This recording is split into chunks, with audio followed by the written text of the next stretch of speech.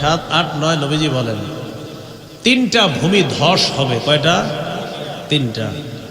তো 7 নাম্বার খাসফুন বিল মাশরিকি, প্রাচ্যে একটা ভূমিধস হবে, মানে পূর্ব একটা বড় ধরনের ভূমিধস হবে দুনিয়ার পূর্ব প্রান্ত। ওয়া খাসফুন বিল মাগরিব, 8 নাম্বার দুনিয়ার পশ্চিম প্রান্তে একটা বড় ধরনের ভূমিধস হবে। তাহলে একটা প্রাচ্যে আর একটা পাশ্চাত্যে, প্রাচ্যে মানে পূর্বে, পাশ্চাত্যে পশ্চিমে। ওয়া খাসফুন বিজাজিরাতিল আরব, 9 নাম্বার আরব উপদ্বীপে একটা বড় ভূমিধস ঘটবে। তাহলে দুনিয়ার পূর্ব পাশে একটা ভূমিধস ঘটবে বড়, পশ্চিমে একটা ভূমিধস ঘটবে, আর আরব উপদ্বীপের মধ্যে একটা ভূমিধস ঘটবে। কটা হলো? 9টা।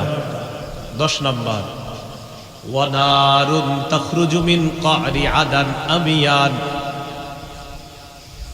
এডেনের নিম্ন দেশ থেকে, বা আদানের একটা এলাকা আছে, এটার নিম্ন দেশ থেকে, ওইটার নাম হবে আবিয়ান। এই আবিয়ান নামক এলাকা থেকে একটা আগুন বের হবে।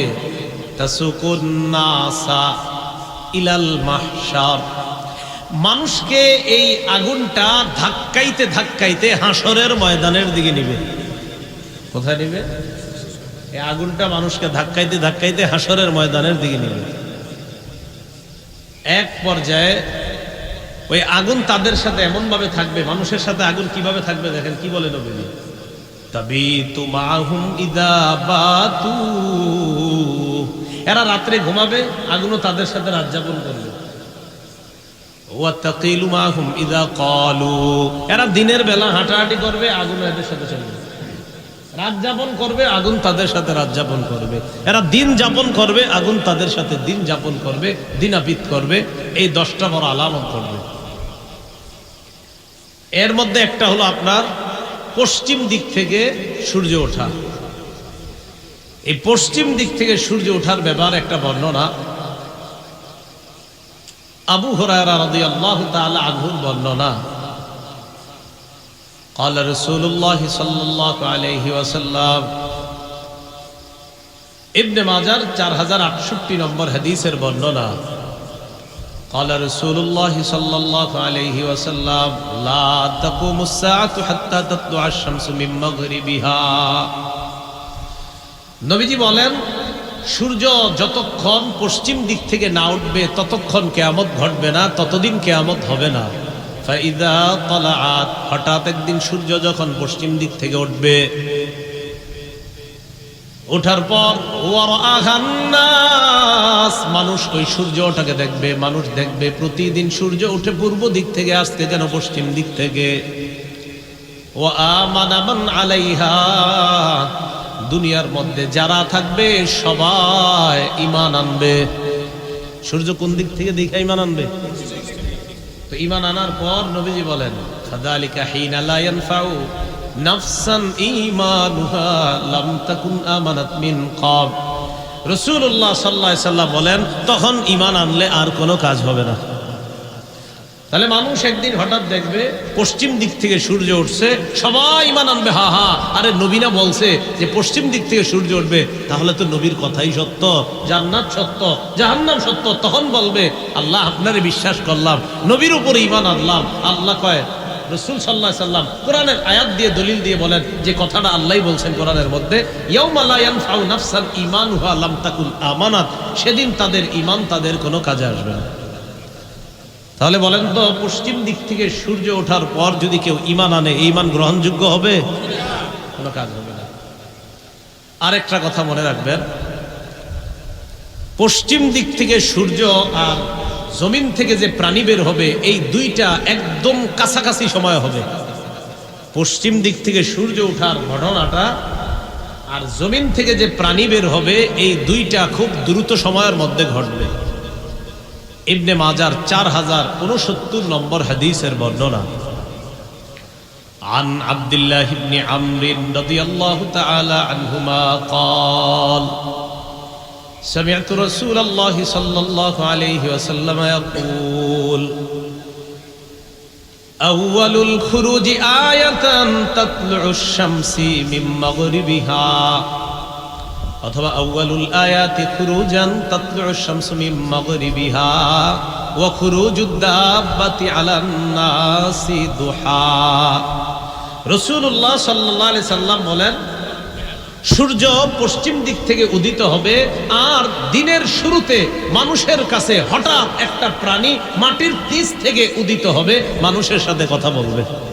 এটা কখন হবে? দিনের শুরু সময়, দিনের শুরু ভাগে। মনে করেন আগামীকাল শুরু হবে না, এই দিনের শুরু ভাগে একটা প্রাণী জমিন থেকে বের হবে, বের হওয়ার পর এই প্রাণীটা মানুষের সাথে কথা বলবে। তো বলতে চাইছি, এই প্রাণীটা আর সূর্য পশ্চিম দিকে উঠার ঘটনাটা একদম কাছাকাছি, মানে একটার পরে আরেকটা ঘটবে।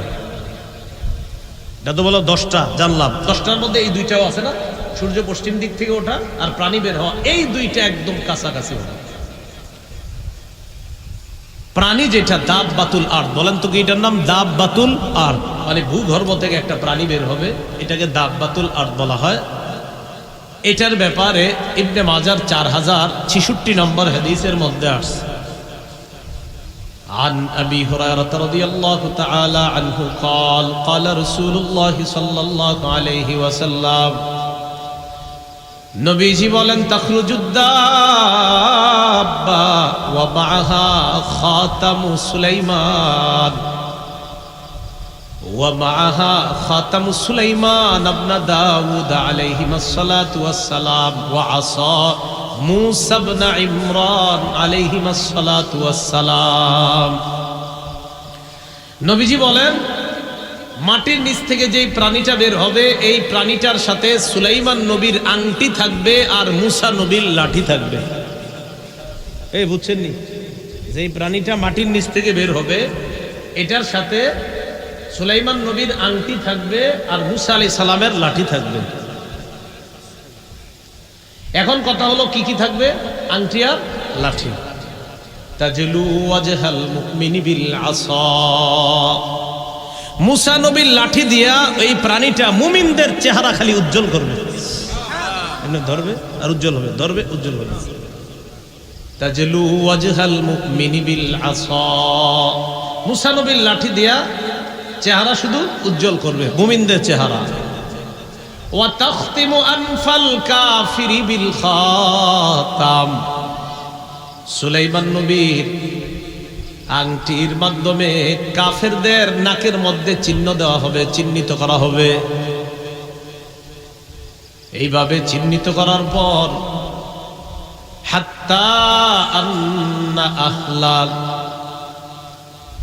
এমনকি মানুষগুলা লা ইসতামিউনা, একত্রিত হবে। ফায়াকুলু হাযা ইয়া মুমিন ওয়া ইয়াকুলু হাযা ইয়া কাফের, মানুষ একত্রিত হয়ে ওই যে মূসা নবীর লাঠি আর সুলাইমান নবীর আংটি, একটার কারণে চেহারা উজ্জ্বল হলো ইমানদারদের, আরেকটার কারণে বেঈমানদের নাকের মধ্যে আরো চিহ্নিত করা হয়েছে এটা বেঈমান। মানুষ বলবে, দেখে চিনতে পারবে যে এরা হলো ইমানদার, এরা বেঈমান। তো মানুষ বলবে, হে ইমানদার, হে বেঈমান, এইভাবে চিহ্নিত হয়ে যাবে। তো তাজলু ওয়াজহাল মুমিন ওয়া তাখতিমু আনফাল কাফির। আল্লাহ আমাদের সকলকে ঈমান নিয়ে বাঁচার তৌফিক দান করেন। আমাদের পরবর্তী প্রজন্ম যারা আসবে, তারা যেন, যত প্রজন্ম আসবে তারা যেন সবাই ঈমানের উপর থাকতে পারে, আল্লাহ তৌফিক দান করেন। জমিনের নিচ থেকে একটা প্রাণী বের হবে, এই প্রাণীটা কথা বলবে। এটা বন্ধ করে দেন, হ্যাঁ আওয়াজ হচ্ছে তো, ওইটারও আওয়াজ হইতেছে, মানুষ বুঝবে না কথাগুলো। দেন এটা বন্ধ করে দেন, সমস্যা কিছুক্ষণ বন্ধ থাকে, মাইকে আওয়াজ যাচ্ছে।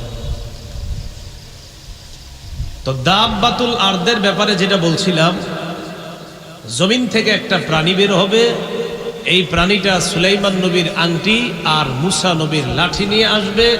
এই প্রাণী মুমিনদের চেহারাকে উজ্জ্বল করবে, কাফেরদের চেহারাকে আরো চিহ্নিত করবে। আল্লাহ আমাদেরকে ঈমানের সাথে থাকার তৌফিক দান করেন। আবু হুরায়রা রাদিয়াল্লাহু তাআলা আনহুর বর্ণনা,